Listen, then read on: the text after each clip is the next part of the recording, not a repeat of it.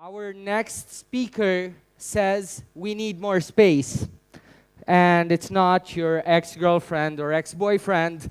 We're talking about actual space, and the speaker is Mr. Frank M. Salzgeber, the head of Innovation and Venture Office at the European Space Agency. And now that you've mostly all taken your seats, I'd like to welcome Mr. Frank Salzgeber. Oh, here you are. I was looking for you. Thank you. Big round of applause. Thank you. Thank you. All right. Please come in, please come in, please come in. We'll take this one when I speak with my wife. I need more space. She will not be delighted. Anyhow, clickers here. In the next 25 minutes, I want to speak, of course, for space. I want to speak about heroes. I want to speak about business models and what is changing, what I learned, and a little bit about maybe what you want to take from there. I always start with my first hero. When I was 9, my hero was blue and this size, 3 centimeters. It was a Lego astronaut.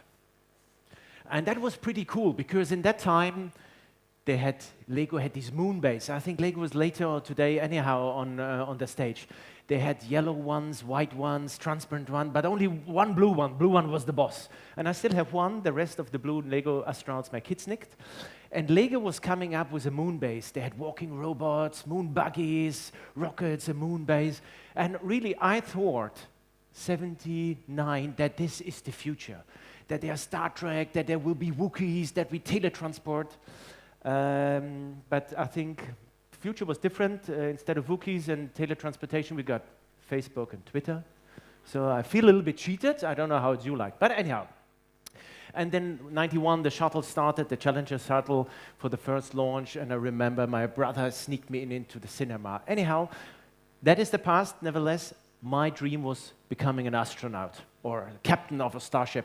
Who had that dream too? Who wants to become an astronaut? Very good. I like that. We speak later. Anyhow, I worked for Apple Computer, had my own startup company, and 16 years ago, ESA hired me in. And there you see, these are our shareholders. You can imagine when we have a shareholder meeting what that means. I think it took me 3 weeks to realize in which organization I ended up. It's a multi-governmental organization with a huge budget of 6.3 billion euros every year, but we don't do it. We give it to the industry, 90%, and they build the stuff for us. And of course, it's about exploration, but the most of the stuff what ESA is doing is really about money, you know, telecommunication, Earth observation, navigation. We come to that later. This is our Milky Way system, you know, and what you see there behind are not stars, these are galaxies. There are about 200 billion stars, and the diameter is about 100,000 light years. That means the light takes 100,000 years to pass. And this is where we are. You see, this small is our solar system. So who was not keen to become astronaut? That's bad news. You're all astronauts. And the spaceship is called Earth. And the bad thing is, you cannot change the flight path.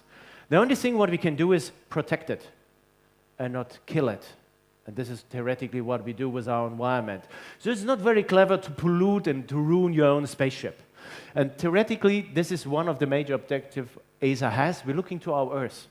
Not only the weather forecast when you go to the TV or the news, what's going on, but we're also looking with our fleet of Earth observation satellites called Copernicus system. We're looking to Mother Earth and see what are the changes. What is global warming? Where are the deserts coming? Where forest is gone? And what is with our ice in the north and the south of the planet? So this is one big directorate Earth observation, and we collect about 14 terabytes of data a day, what Earth is doing, and we collect it for the past. And space, of course, it's also rocket science, you know. Who works for a rocket company? Okay, we have to change that. You don't see that picture like this. We have heavy traffic, but we have not as many launchers simultaneously. On the one side, you see the Ariane rocket. Yeah, this is our big bread and butter ship launching the big telecommunications satellites, just consuming 17 tons of fuel a second. And you have to see a rocket is a very complicated piece of hardware, because 3% is the payload, the rest is rocket.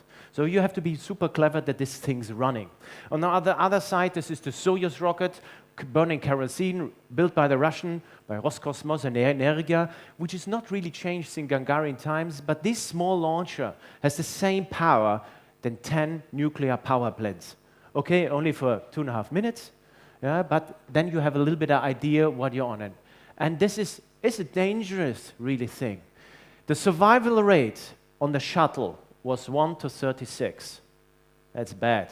So if we're looking to the audience, sorry, you're a nice table, I really like you, but you will not make it today. So that would be bad. So the astronauts and the cosmonauts or the Tigonauts, they really do it because they want to do it, they do it for the country, and because they believe in it. And where they fly to, International Space Station, is just 400 kilometers in the sky, rotating every 90 minutes around Earth. It's about 2 football fields big, 110 by 110 by 30 meters. And on the space station, what we do is research. We do medical research, material research, and the space station have an American model. This is a bigger, brighter, more modern, and the Russian one, which is darker, small. No, just kidding. No, we work great together. There's a Checkpoint Charlie, and there's a European model, but one restroom. Yeah? Blue boxes and red boxes. You can imagine which food, American food, Russian food, and they sit to the table and they say, Vladimir, what you have today, can we change?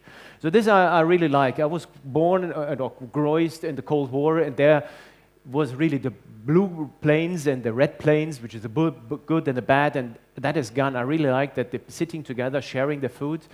And okay, no shower. Did I mention there's no shower? So half a year on space station, no shower. And then we're recycling also the water.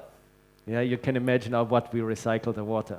So you're half a year on the space station and drink your own pee. Sorry to correct. You're not only drinking your own pee, yeah?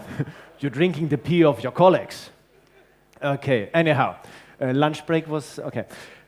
But nevertheless, they have fun, you see? And this is Alexander Gerst, who was coming back last year, and the physical stress being outside of the space station is the same like a marathon. And it's dangerous. You know, you in the Michelin suit, and Chris Hartfeld, a Canadian astronaut, pretty cool guy, he said that this is awesome. You know, outside of the space station, you have your rucksack, you have your rope, but in the rucksack you only have one shot. And the rope, of course, it's secure, but it can break. And then, Frank, you know, and I had my hand on that edge, and I had 3 fingers, 2 fingers, 1 finger, and you know what? I let it go. And I said, oh, yeah. So, and he had the problem that there was a small drop of the cleaning fluid in his helmet. And the drop was coming back into his eye, and he was coming blind. So you're out of the space station, 400 kilometers altitude, 28,000 kilometers per hour, and you see nothing. This is why I like working with the astronauts. They're all cool, they're all relaxed. And he said, okay, I have 5 senses. 1 left is still 4, and I have colleagues. So this is the first lesson I want to give to you when we want to do something difficult. You rely on the team. You need a good team. You learn that in the military, you learn that in a startup company, you learn it in a fire brigade, you learn it if you go on the coal mines. That is really key. It's the trust amongst the team. And of course, we don't have only space guys, we have also space girls. Do we have Star Trek fans here? Okay. This is not the official ESA uniform yet, yeah? So we're working on that, and also we become commercial. Behind you see the Dragonfly from SpaceX. And we heard already from for the previous speakers that we will go to Mars, and when we go to Mars, one of the biggest problems is there water on Mars. Because water on Mars is super important because it's the most precious element in the universe. Platinum, gold, you're all fine, but water is essential. You need water to make fuel, you need water to drink, and you need water to breathe. And therefore, this is really vital. And yes, there is water on Mars. This is a picture from Mars Express 2003, where they found water on the maritime pole of Mars. And then, of course, we go to the moon. That's the next thing. And then we're back to my childhood, maybe to your childhood. This is a picture which is real, but this is not Star Wars. It's our sister organization, the European Southern Observatories, and they're 4 22-watt laser going into the star, and we don't destroy the stars. We put our telescopes up there to understand where our universe comes from and maybe where other people living or other planets are born. And so we're looking for the stars instead of destroying it. That was space in the past. This is space today. That was in April 2015, where a rocket was launching. This is Falcon 9, and you see no sound, or you don't hear sound, it's exploding later, on 90 by 60 meters, you know, and then boom. And you have to see this is a Falcon 9. It has the same size than the Leaning Tower of Pisa, 55 meters, you know. Trust me, landing with a rocket from space, 55 meters, on 90 to 60 meters, that is damn small. So, but let's see what the press, and this is another point where I want to address you, what the press has made out of it. We start with the American press, space release document, Falcon 9 almost landed. So in school marks, that is a -2, 2 minus, a B, or? So let's see what the German press has made out of it. Yeah? SpaceX crashed again. That's a 6, that is a C, you know? That's bad.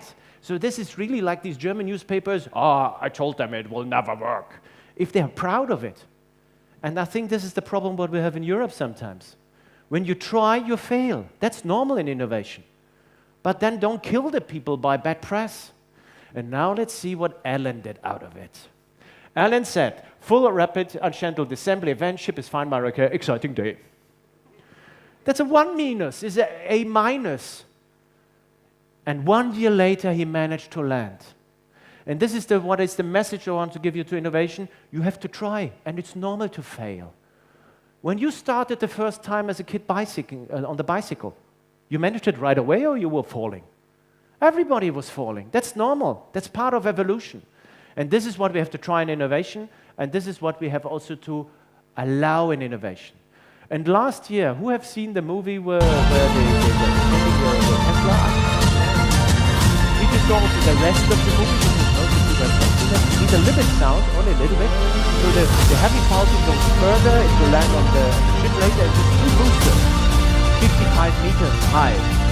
And this is artificial at the moment, and then we see light returning back to air. Well, the thrust goes completely. There you see like picture, one thruster is running, and if you want to see running, we go parallel. That's crazy here. This is Cape Canaveral, the launching site. Gotcha, I see it. The landing gears are going down. You've got to be kidding me! And the big celebration. That was like when they land. Parallel. This is space today. Who has seen that? Huh? Is that cool? That's amazing, huh? This is how space is to be. Anyhow, business models. Question to the audience. Which line is longer? The same. No, it's not true. I changed it yesterday. But it's okay. It's okay. The first time I saw that, I had the same trap. It's nasty. It's not from me. It's Eddie Obeek. He's a UK professor. And he said, the business model in industry has changed 10 years ago midnight. But we were all sleeping.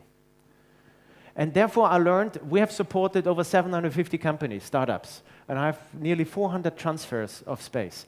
Technology was never the issue. It's really the rest. And this is, Alan reuses from the 9 thrusters, he reduces this. That's the trick. In the past, the business model is to buy the rocket. Yeah? It means when you send a postcard, you buy the postman. Makes no sense, does it? But this was our industry. And he said, let's reuse it. And he offers payload. But it kills also business. This picture was made 2 years ago. Out of business, due of Amazon. And the same is with telecommunication. This was space in the past space, you know? It's also telecommunication. But the kids, my kids watching YouTube and not TV anymore. So some of the operators have a third decrease of their business. So the future will be small satellites, you know? Because it's about the constellation of satellites. It's about internet, not TV anymore. Yeah? In Asia and Africa, we still have a lot of TV, but If I want to see the news, I click when I want to see it. I don't when it is broadcasted. And when we go then, and this is the reason why so many people will invest into space. This is a map of the GSM coverage. You see the white spots? This is where no connectivity. And 5G by satellite will exactly solve this. Because when you have an autonomous car and you don't have any connectivity, trust me, it sucks. It does not work. And if you have a predictive maintenance in your machine and Russia switches off the internet, oh, it's nice to have a direct link to a satellite. So the business model, and there are about 4 or 5 companies doing that at the moment, constellation of small satellites, 1,500 satellites, 2,000 satellites, that you have worldwide coverage of internet. Speech is already possible. And the next trend, where we have already startups still looking, oh, when you have so many satellites, maybe you have a problem, you have to repair them or bring them down. So we have the first companies looking into how I bring these back. Deorbit, clear space. So small satellites, so grab the satellites and bring it back to Earth, because you don't want to have a queue in space, because then the entire investment is gone. And even Amazon has started to looking into that business, because Amazon wants to do business. They want ground stations, and they build ground stations, and they say, you pay per minute, the only thing what we want to have is your data. And when you see how many data is stored by ESA, by NASA, by Digital Globe, by Airbus, it's huge. And you want to do calculation on it. And to give you one example, what we did, that you have a little bit idea what you can do with the data.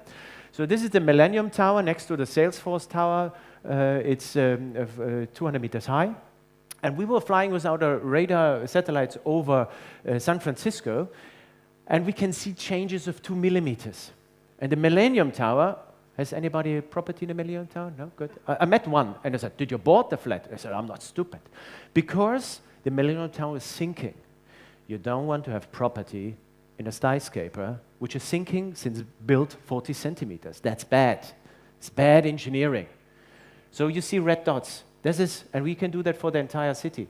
Where are areas where you have a problem, where you're not. And we have one startup company in Munich building radar. They go over the world and see where new construction sites and how far the new construction sites are.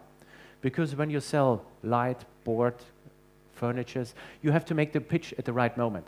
So they see, okay, they just dig the hole, the first level is there, the second floor, roof is there, so you know how far the buildings are.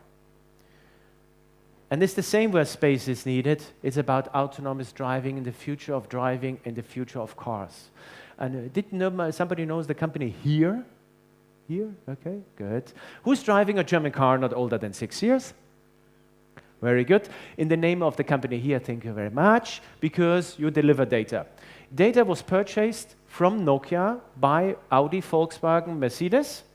Very strange to work together. Intel has put money into it, Continental and Bosch. And I think it was the last mistake Nokia did, 2.5 billion. And they transmit data. If you put the clutch in, if you make the windscreeper, if you put the lights on, they know within 5 minutes worldwide when there's a new roundabout.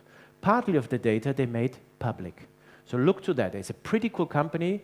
It's the maps here, or Navtec was the old name 8 years ago.